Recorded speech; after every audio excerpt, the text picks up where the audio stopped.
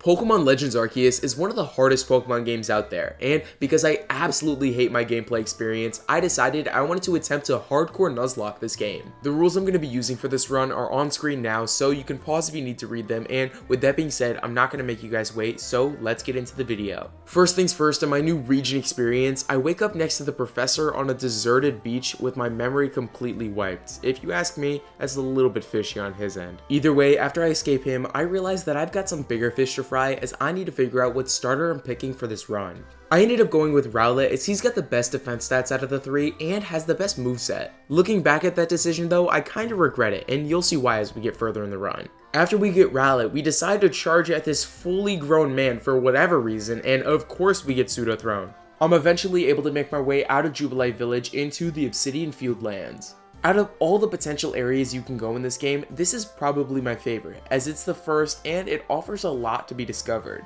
This area also lets you discover and catch a ton of Pokemon, and that's probably why it's my favorite. Speaking of catching though, I'm going to go over the catching rules really quickly because I just don't want them to be unclear. In this run, I'm going to be able to catch every single Pokemon I see in the wild, but not all of them are going to be on my team. Only the first Pokemon I see in each named location is going to be able to get on my team. These named locations are pretty much everywhere in Hisui, so I should be able to get a lot of encounters in the run. Just to be clear, these little sub areas are just going to be my replacement for routes in this game. Regardless, now that that's out of the way, I'm actually able to catch a ton of Pokemon before even making it to the first alpha. So after being taught how to dodge, I'm able to catch myself a Weasel, Luxio, and a Geodude before fighting my first alpha. For this fight against this obnoxiously loud Kricketune, I decided to lead with Applejack, who's level 16 at this point, so I'm able to go for an Agile Gust and a Strong Style Gust, finishing off Kricketune in just 2 turns. Kricketune was faster than me to start this battle, and ended up bringing me down to 32 HP with an Aerial Ace, which begs the question, why in the world did I pick Rowlet? Regardless, with bad decisions behind us and in front of us, I decide to move on to fight Cleaver. To do this, I've got to go through a little bit more story and catch myself a few more Pokemon. The Pokemon I end up catching are Zubat, Baneri, and Staravia, and along with this,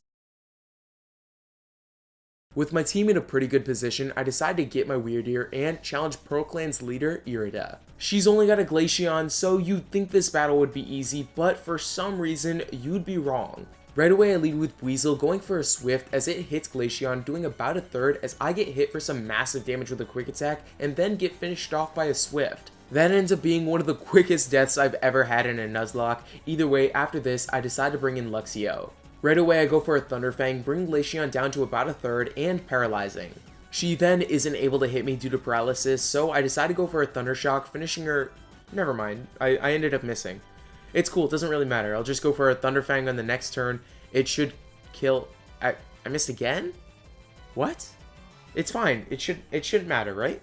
Glaceon hits me with a Quick Attack and then a Swift, and it brings me pretty low, all the way down to 17 HP, and she gets cured of her paralysis. This is fine though, as all I need to do is hit Glaceon with another Thunderfang, and she's done. But I miss. Again. Allowing Glaceon to finish me off with another Swift. I mean, genuinely incredible, right? I mean, there's no way, right? I missed 4 moves. There's no way, right? But I guess it just happens. You know, I guess the Nuzlocke's just crazy. I missed 4 moves in a row. Are you kidding me? Wow, she was paralyzed. 2 Quick Attacks. I'm done. I'm so done. What happened? No way. I'm gonna get swept. No way this kills, right? It's gonna kill. Bro, there's no way! There's no way! I mean, there's no way, right? I mean, I just gotta throw an Applejack. Why am I missing so many attacks? Finally! I mean, it's incredible how many attacks I just miss. I lost 3 Pokemon in that battle. 3 good Pokemon at that. Damn, that pisses me off. Are you kidding me? Obviously, wasn't too happy with the outcome of that fight. If you guys can let me know why I missed 100 accuracy moves, Please tell me, because that is honestly insane to me. Either way, really hope that doesn't happen again, and right after that battle, I ended up fighting Cleaver. Cleaver is actually a really easy fight to win. I mean, all you gotta do is just dodge the attacks, which are really obvious to see, and if you do that just fine, you don't even have to throw in a Pokemon. So that's exactly what I do, and once Cleaver goes down to some bombs, I'm ready to catch 2 more Pokemon. One of which is a Magikarp that I evolved into Gyarados, and a Beautifly. At this point, I'm in another good position to succeed in this run, and of course, I end up getting in a fight with my rival, and everything goes downhill from there. I'll spare you guys from the live reaction to this fight, but it was absolutely infuriating. I mean, I lost 3 Pokemon all to paralysis because I just kept getting paralyzed. It was honestly insane, and I was heated the entire time. You know what else has me heated though? The fact that only 4.6% of my viewers are actually subscribed, so if you could please subscribe, that would be greatly appreciated. Regardless, with 3 more Pokemon added onto the death toll, I was ready to make my way into the Crimson Mirelands. Once I get here, I have a battle with Volo, which actually goes pretty easily, and after this, I evolve my Zubat all the way up to Crobat. After I do that, I catch a ton of new Pokemon in this place, but only one of them really matters, and that's this little hippo. A lot of the Pokemon I caught in this run just simply ended up being sacrifices, and because of this, I'm only going to go over the important encounters from now on, just to make it simpler. With that being said, now that I've got all that done, I'm ready to challenge the next Nobel. This Nobel is Lilligant, and to be honest, I think this is probably the hardest Nobel in the run. Out of all of them, Lilligant easily has the hardest moves to dodge, and to be honest, the moves were really unpredictable the first time I battled her. That's just my opinion though. Let me know what you guys think down in the comments below because I'm genuinely curious. Either way, I'm able to defeat Lilligant pretty easily in this battle just because I have Aerial Ace and I end up one-shotting her. After she's one-shotted, I'm able to finish her off with some bombs. With that finished up, I'm able to make my way to the Cobalt Coastlands. Once I'm here, I gotta fight Pearl Clan's leader again, but this time I only lose 1 Pokemon, so good for me. While I'm in the Coastlands, I catch myself a Glameow and a Machoke that are going to be pretty critical for later in this run. I then meet this guy who's got the biggest forehead I think I've ever seen, and he has me go get a Dusclops. No, but in all seriousness, this Pokemon isn't even that scary. I don't know why this guy is so afraid. Either way, I catch this thing and I'm able to get my Basket Legion. After I get Basket Legion, I witness an actual kidnapping and I'm then able to make my way to Fire Spit Island. Once I get here, I've got to battle 3 trainers and these battles are actually pretty difficult. Thankfully though, since my team is pretty well rounded right now, I'm able to get through these battles just fine and I'm then able to fight the next Nobel. Arcanine isn't necessarily a difficult totem, but I do end up getting really close to dying. This was my fault though, as he walloped me every time I didn't dodge in time. Eventually, Arcanine brought me all the way down to the red, but since his health was pretty low because of all the bombs I had thrown at him and all the Pokemon I'd sent out, I was able to defeat him without dying. With Arcanine finished off, I was ready to make my way into the 4th part of Hisui, the Coronet Highlands. This place is really cool. It's my 2nd favorite area in the game, and to be honest, I'm a little bit upset that it's so short. By short, I really mean short. You could totally finish this area of the game in probably about an hour. Regardless though, as I'm going through the story, I'm encountering more and more Pokemon, and I end up evolving my team a ton. In this area, I ended up catching myself an Ursaring and a Gible. Along with this, I end up battling this guy who likes to walk really slowly in caves, and he ends up giving me a Sneasler.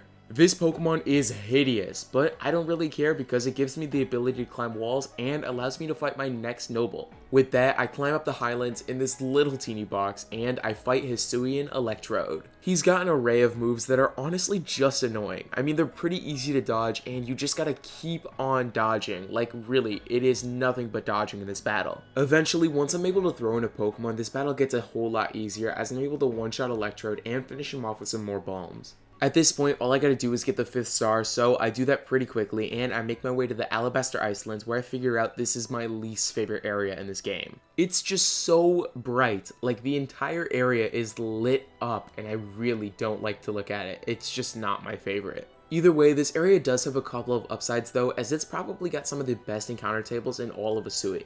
This area allows me to catch myself a Zorora and a Rufflet. These 2 Hisuian forms are some of the best in the game, and I'm really happy to have them on my team. Now with those 2 Pokemon caught, I'm able to do some more story, and I witnessed this man just pop a ton of squats for no reason. I'll give him some props though, because it's obviously been working. Just look at that 6-pack. Anyways, the rest of the story just involves me chasing this little girl up the mountain, and then back down the mountain, and then all the way to the temple. This is all for just 1 measly Braviary, and as soon as I'm able to fight Braviary in battle, I absolutely destroy him. With him completely unconscious, I play him a little tune and he ends up being my final rideable Pokemon. With Braviary acquired, I get my team fully evolved and get ready to challenge the final Nobel. This Nobel is Avalugg and it's even easier than the Cleaver fight. The issue with Avalugg is that all his moves are really easy to dodge and you don't really need to think about it when you just go back and forth. Plus, Avalugg has a 4x weakness to fighting, so a single Aura Sphere is able to take him out with a one-shot and I'm able to finish him off with just a couple of Snow Bombs.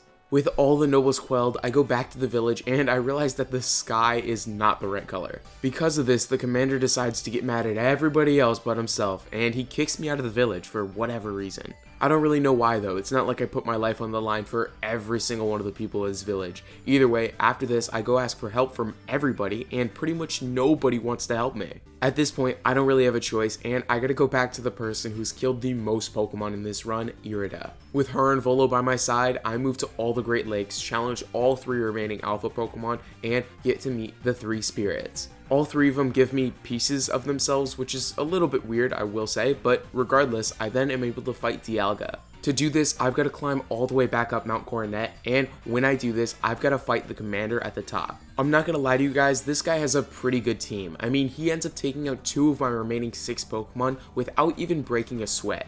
Even with that though, the 4 remaining Pokemon on my team are able to finish him off, and with him on his hands and knees, I'm able to go battle Palkia. This fight with Palkia is really irritating. I mean, immediately when I fight him, I end up killing him with a crit, so I've got to do the battle all over again. And the next time I do this battle, my Braviary ends up dying. It's cool though, because this is my final battle of the run, and for this, I just end up throwing in an Ultra Ball and catching Palkia. With Palkia caught, I put him on my team, and I get ready to fight the final battle of this run with Dialga. This fight is absolutely insane. Dialga's moves are almost impossible to predict the first time you fight him, and he moves back and forth, and it's so hard to get bombs off. Another thing about this fight is that I can't even send in a Pokemon because if I do, I'm too scared that I'm going to lose it, therefore losing the run. So I've got to stay out of battle with this thing and just keep throwing bombs. Eventually, I finish this thing off, catch it with an Origin Ball, and that means I beat my hardcore Nuzlocke.